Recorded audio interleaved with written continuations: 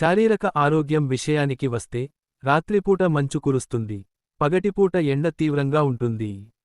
ఎండ కారణంగా అధికంగా చెమట పడుతుంది. దీనివల్ల శరీరంలో నీటి శాతం తగ్గుతుంది. దీనివల్ల మూత్రవిసర్జనలో ఇబ్బందులు, కడుపు నొప్పి, అజీర్ణం వంటి సమస్యలు తలెత్తుతాయి.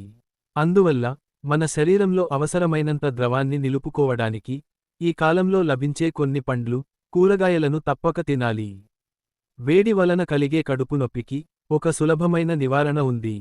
2 టీ స్పూన్ల గసగసాలను మెత్తగా నూరి పేస్ట్లా చేసి, 1 గ్లాసు పాలు పోసి బాగా మరిగించాలి.